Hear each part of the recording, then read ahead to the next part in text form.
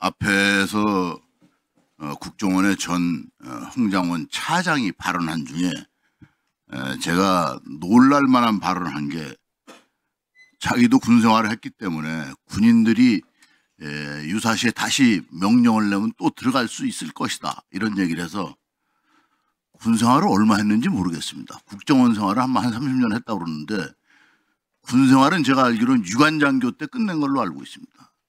요즘 군인을 어떻게 합니까? 이거는 오버해도 한참 오버한 발언이다. 말 자체가 안 되는 말이다. 요즘 군인들이 조금 전에도 방첩사 1처장이 얘기하잖아요. 이렇게 세상이 변한 거예요. 부당한 명령에 대해서는 그렇게 따르지 않습니다. 근데 하물며 지금 국정원 전 차장이 이렇게 얘기한다는 게 말이 안 된다. 두 번째는, 우리가 지휘관을 군생활하면서 보고를 받습니다. 참모들한테. 보고를 받는데 참모가 터무니없는 얘기를 하면, 야, 됐다, 이게 정상이에요. 아니, 지금 차장이 와서 우리 국정원장님한테 방첩사가 지금 정치인들 잡으러 다닌다고 얘기하면 말 같지도 않으니까, 됐다, 그럼 내일 아침에 얘기하자, 이게 정상이지. 뭐가 비정상이에요? 아니, 내가 봤을 땐 정상인데. 알았어요. 자꾸 방해하지 마세요. 또 제가 이제 NLL 비행한 아파치 헬기에 대해서 고사에 나가서 확인해 봤습니다. 9.19 남북 군사 합의는 2023년 11월 23일 날 북한이 먼저 파기를 합니다. 전면 파기를 합니다. 그리고 우리는 그래도 2024년도까지 넘어옵니다. 근데 북한이 이것을 파기한 이후에 어떻게 했는가?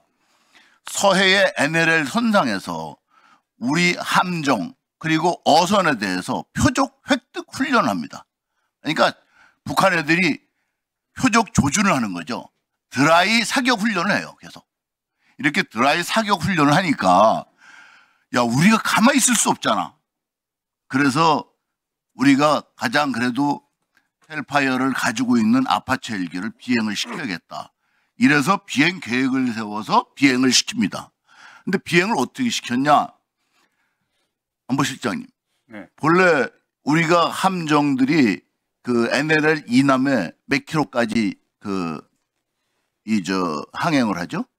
보통 한 2 내지 3km 이남에서. 그렇죠. 항해합니다. 그래서 비행한 코스를 제가 확인해 보니까 우리가 함정들이 들어가는 선 이상을 넘지 않고 이남에서 비행을 합니다. 그래서 이거는 북한의 대남 위협에 대한, 거기에 대한 대응 훈련을 한 건데, 이게 무슨 북풍이에요?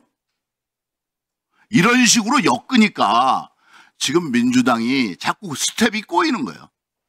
춤추다가 스텝이 꼬이면 넘어집니다. 이래서 스텝이 꼬이는 거예요. 이렇게 북한이 우리 표적을, 우리 어선이나 함정을 대상으로 훈련을 하니까, 거기에 대한 대응 훈련을 한 걸 가지고 북풍이라고 얘기하니까, 이러니까 안 된다는 거예요. 그리고 국민들이 이걸 다 보고 있으면서 뭐라고 하겠어요? 그렇게 얘기하시면 안 된다는 겁니다. 지금 시간이 없지만 사실 급한 게 있어서 물어볼 게 있습니다. 중국이 지금 서해상에서 지금 어떤 짓을 하고 있느냐? 대규모 철구조물을 설치하죠. 그렇습니다. 이게 지금 과거에도 2017년도가 있었죠. 그때도 강력하게 항의해서 철거를 했죠. 근데 지금 또 하고 있습니다. 이게 마치 이제 우리가 한국해양전략연구소에서 이렇게 얘기를 해요. 서해를 중국이 내해화하려고 한다, 이렇게 얘기를 하는데, 이런 전략의 일환으로 이것도 봐야 되는 거 아닙니까, 실장님? 저는 그렇게 봅니다. 예. 단호히 대응해야 된다고 생각합니다. 그래서 이 부분은 외교부 장관님, 그리고 우리 대통령 권한대행 안보실장님이 강력하게 대응하지 않으면 이게 심각한 군사적인 문제까지도 발전할 수 있습니다. 이거는 반드시 이런 부분에 대해서 대응을 해 주십사 하고 부탁을 드립니다. 그리고 우리 조 원장님, 네. 아까 차장이 얘기했는데 좀 말씀하실 게 있을 것 같아 못 하셨는데 시간을 드리겠습니다. 말씀하십시오. 홍정원 차장이 얘기한 얘기를 생각해 보면 세 가지쯤 있는 것 같습니다. 아마 시간이 안 돼서 말씀을 다 못 드리겠지만 대통령으로부터 체포 지시를 받은 것을 원장한테 보고를 했느냐, 보고를 했는데 원장이 무시했느냐. 두 번째는 본인의 교체 경위입니다. 이 대통령이 교체하라고 지시를 했느냐, 아니면 제가 했느냐 이거죠. 세 번째는 이재명 대표와의 전화, 이 세 가지인데 그 보고 부분만 좀 말씀드렸으면 좋겠습니다. 그날 홍정원 차장이 정무직 회의에서나 아니면 저하고 따로 면담을 할 때 대통령이 체포 지시를 즉 싹 다 잡아들이라는 얘기를 했다는 말을 한 적이 없습니다. 그 얘기는 제가 전혀 못 들었고요. 그 다음에 방첩사를 지원하라고만 대통령이 말씀을 했는데 정치인들이 방첩사가 정치인들을 체포하러 다닌다는 얘기도 저한테 하지 않았습니다. 정치인들을 누가 잡으러 다닐지 모르겠다고. 그것도 대통령이 전화했다는 얘기와 정치인들을 잡으러 다닐지는 모르겠다는 사이에는 두세 가지 얘기가 껴 있습니다. 띄워놓고 얘기를 했다는 걸 제가 분명히 말씀드리겠고요. 저도 공직 생활을 30년 이상 하고 있는데 만일에 대통령이 그런 지시를 했다든지 해서 정치인을 우리가 국정원이 정치인 체포나 아니면 체포 문제에 있어서 가지고 뭔가 지시를 받은 게 있는데 원장이 그날 밤에 지시를 하지 않고 지시를 해 주십시오라고 했으면 제가 퇴근한다는 걸 생각할 수 없습니다. 그건 전혀 정말 사실이 아니고요. 말씀을 조금 더 보충드리겠습니다. 만일에 그때 그런 얘기를 했다고 할 것 같으면은 홍장원 차장이 사흘 뒤인 12월 6일 날 정보위원회에 와서 정보위원들한테 이렇게 설명을 합니다. 본인이 이렇게 얘기했다고 설명을 합니다. 그걸 가지고 어느 정보위원님이 나와서 기자 브리핑을 하셨는데 이렇게 얘기를 합니다. 결론은 이게 1차장은 일체 아무것도 하지 않고 있다가 간단히 정리해 주세요. 예. 나갔는데 이겁니다. 지금까지 상황은 정보위원장 그리고 두 의원한테 보고하기 전까지는 자기밖에 몰랐다고 얘기를 했다. 즉 원장한테 보고 안 했다고 본인이 확인을 했습니다. 12월 6일입니다. 하나만 더 얘기하겠습니다. 제가 그렇게 정치인 체포라든지 지금처럼 폭로할 게 있는 거를 보고를 받아서 알고 있는 상황이었으면은 제가 홍장원 차장을 쉽게 교체할 수가 있겠습니까? 저는 설사 교체를 하더라도 홍장원 차장을 제가 오늘까지는 그렇다고 해서 큰 무슨 폭로를 할 거라고 생각은 못 했겠지만은 보시는 것처럼 12월 5일 날 사표를 받으니까 12월 6일 날 크게 폭로를 했고 저는 그러한 사실을 12월 6일 날 처음 들었습니다. 바꿔놓고 제가 그 사실을 알았을 때 제가 교체하자고 건의할 수 있고 또 대통령도 그걸 다 알고 있었으면 교체를 승인하겠습니까? 상식적으로 합리적으로 제가 보기엔 말이 되지 않는다 해서 이건 저한테 체포 지시를 보고했다는 것은 정말 사실이 아닙니다. 자, 홍 차장 앞으로 나오세요.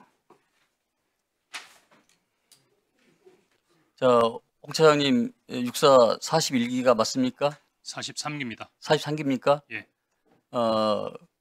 그러면은 사관학교를 졸업하시고 사관학교를 졸업하고 5년 반 동안 장교로 근무하다가 당시 예. 안전기획부로 이전했습니다. 군 생활을 오래 한다고 모든 것을 다 아는 건 아닙니다. 바닷물이 짠지 안 짠지는 한 호배 물을 마시나 한 드럼통의 물을 마시나 짠맛은 다 똑같습니다. 군대 생활 짧게 하셨어도 또 사관학교에서 정식적으로 교육을 받으셨기 때문에 저는 그 누구보다도 군에 대한 애착과 또 군 출신이라는 것에 대해서는 부인할 수 없다고 생각합니다. 이어서 우리 원장님께서 말씀하신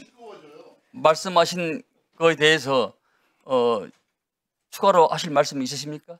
존경하는 한 의원님께서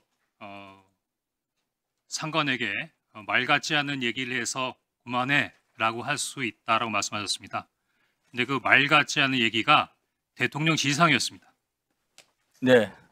그거는 예, 괜찮습니다. 뭐 제가 보고를 안 했을 수도 있죠. 또 기억 못 하실 수도 있고요. 다만 제가 이렇게 말씀드리는 거는 당시 상황에서 국정원 장과 차장이 어떠한 부분에 있어 행동을 했고 그것이 어떠한 부분에 있어 국면 수습에 해당되는 부분인가를 설명드리기 위해 했던 부분인 건데 제가 보기에는 그 작구 하나를 가지고 옳고 그르고를 따지는 부분이 이게 적절한가 하는 생각이 듭니다. 자, 그러면 지금부터 잠시만 주목해 주시기 바랍니다. 제가 구독자분들을 위해서 선물 하나를 준비했는데요.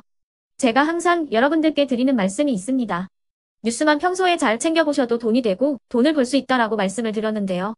여러분들은 여기 보시는 삼성전자 뉴스를 보고 어떤 생각이 드세요? 아니면 정치인들의 뉴스, 날씨 뉴스를 보고는 어떤 생각이 드시나요? 그냥 뉴스만 보고 끝내는지 아니면 이 뉴스를 어떻게 이용할 수 있는지 이 부분을 고민하고 계시는지를 되물어보고 싶습니다. 그 이유가 뭐냐 하면 제가 지난번에 여러분들께 뭐라고 말씀을 드렸었죠? 지금은 반도체 섹터를 눈여겨보셔야 한다고 말씀드렸습니다. 그리고 나서 이런 썸네일들 뉴스를 통해서 많이 보셨을 겁니다. 반도체 내용이 이슈가 됐을 때 부자들은 어떻게 생각한다? 반도체 관련주들은 뭐가 있는지, 어떤 종목이 가장 좋은지, 어디에 투자해야 돈이 몰리는지 자연스럽게 생각한다고 제가 말씀을 드렸죠. 그 이유가 뭐냐 하면 부자들이 봤을 때는 이슈가 곧 돈으로 이어지고 그 이슈가 나에게 돈을 벌어준다는 경험적 확신이 있기 때문에 부자들은 항상 이런 사회적 이슈를 관심 있게 챙겨본다고 제가 말씀을 드렸습니다. 이번에도 마찬가지인데요. 제가 지난번에 시청자분들과 함께하는 주식으로 수익 내기 이벤트를 진행했었죠. 당연히 100% 무료로 진행을 했었고요.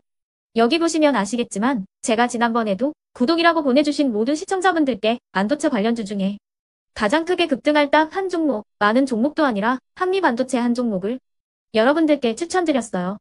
그러면서 여기 나와 있는 대로 정확히 얼마에 매수해야 하는지, 그리고 수익률이 어느 정도 나왔을 때 팔아야 하는지를 이런 부분들까지 여러분들에게 정확히 알려드렸었는데 지금 실제로 어떻게 되었다? 오른쪽을 보시면 아시겠지만 제가 지난번 문자 발송으로 이 한미반도체를 소개해드리고 나서 실제로 이렇게 5배 이상 어마무시한 상승이 나왔습니다. 100만 원만 투자를 했어도 무려 500만 원이 넘는 수익금이 생긴 거죠. 그래서 당시에도 굉장히 많은 분들이 제가 드린 이 한미반도체로 수익을 내실 수가 있으셨을 텐데요. 다시 한번 축하드린다고 말씀을 드리겠고 이번에도 마찬가지입니다. 앞으로도 2024년, 2025년 계속해서 기대해볼 섹터는 AI입니다. 그 중에서도 AI 반도체는 그 누구도 부정할 수 없는 미래 성장 산업입니다. 그러면 우리가 어떻게 생각해 볼 수 있을까요? AI 반도체 종목 중에 앞으로 크게 대장 역할을 하면서 10배 이상 급등할 수 있는 텐베고 종목을 지금부터 열심히 추적해야 한다는 겁니다. 큰 돈을 투자하지 않더라도 월급의 일부분 아주 소액이라도 이 종목을 모아가야 수백 %의 수익률을 손에 쥘 수 있는 것이죠. 지금 여러분이 보고 계시는 이 유튜브 또한 AI 반도체와 아주 밀접한 연관이 있고 반도체야말로 대한민국의 핵심 산업으로 앞으로 더더욱 시장은 성장할 수밖에 없습니다. 그렇기 때문에 제가 이번에도 뭘 보내드리고 있냐면 지난번과 똑같이 구독이라는 문자를 보내주시면 제가 AI 반도체 관련주 중에 앞으로 대장주 역할을 하면서 주가가 가장 크게 급등할 한 종목을 여러분들께 문자 발송으로 종목명과 사고 파는 시점을 모두 알려드릴 건데요. 그 문자를 받고 여러분들이 주식으로 돈 버는 연습을 한번 해보셨으면 좋겠고요. 혹시라도 나는 주식을 하지 않는다 하시는 분들은 주변에 주식하시는 지인분들에게 말씀을 해주셔도 되고요. 아니면 연세가 있으셔서 투자가 어렵다 하시는 분들은 이 종목을 자녀분들에게 한번 사봐라. 이걸로 한번 수익을 내봐라. 이렇게 조언을 해주실 수도 있는 거겠죠.